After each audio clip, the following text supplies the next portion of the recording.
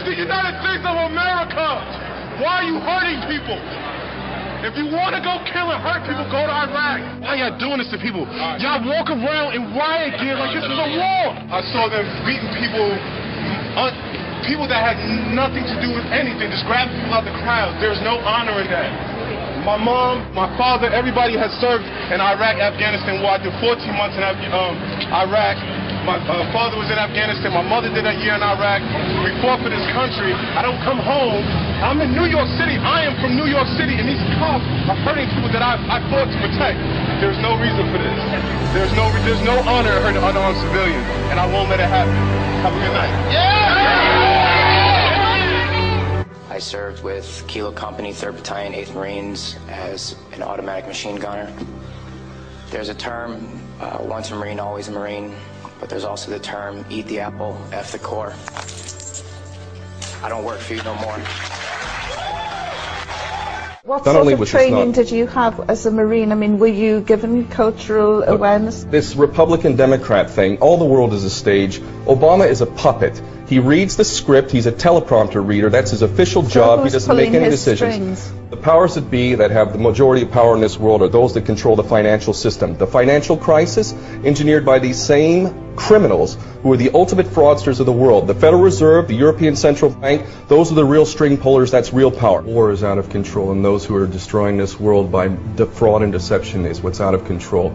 9/11 was the false flag operation used to justify the invasion of Afghanistan. It is the ultimate deception, and it's done for a full spectrum dominance agenda, which is part of controlling this world by deception. And unless we as people stand up to these treasonous traitors and all of those people carrying out this stuff and the colluders, including the mass media and the politicians, we are going to continue to get this kind of deception. The individual is handicapped by coming face to face with a conspiracy so monstrous that he cannot believe it even exists.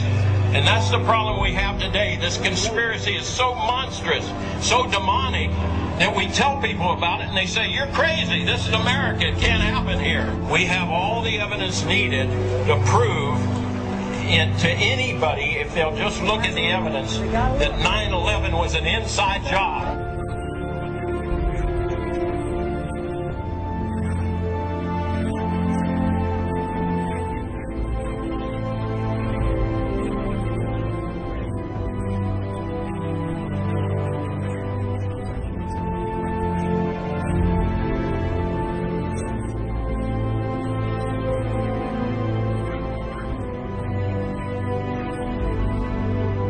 I wanted to fight in the war.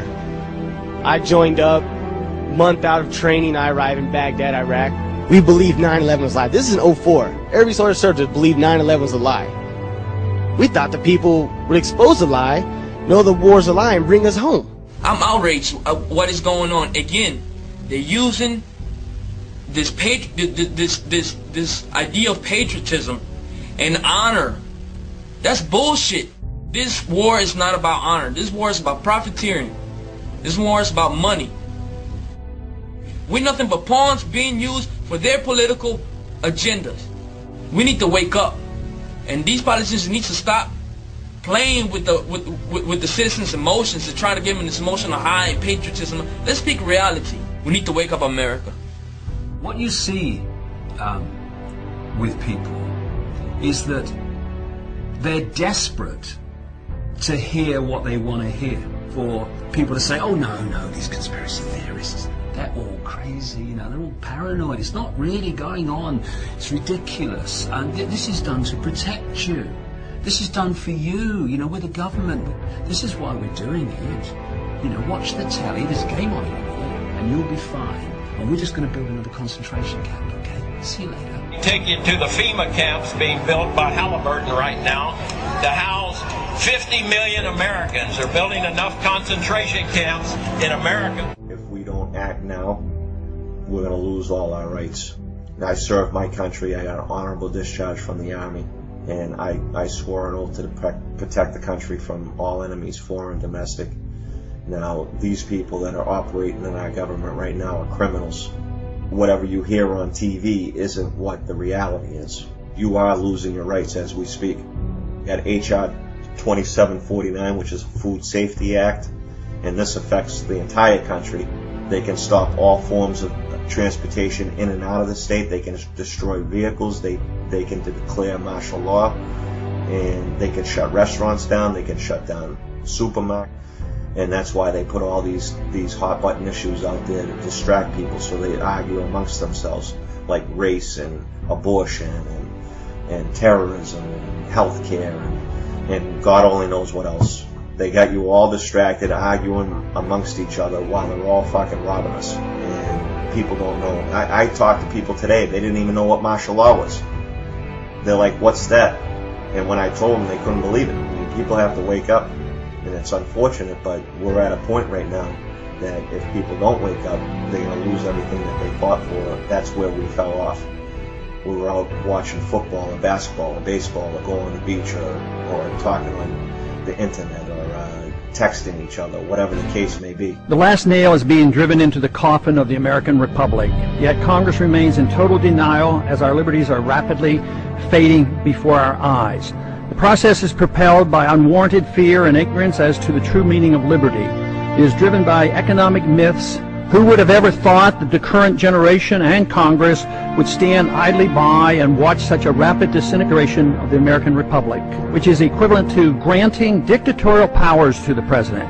Our presidents can now, on their own, order assassinations, including American citizens, enforce indefinite imprisonments without due process, treat all Americans as suspected terrorists. It appears that the fate of the American Republic is now sealed. Every time our country stands in the path of danger, an instinct seems to summon her finest first. It's always the patriots who first hear the call. When loss of liberty is looming, as it is now, the siren sounds first.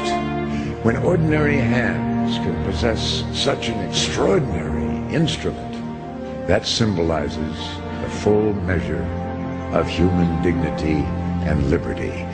That's why those 5 words issue an irresistible call to us all.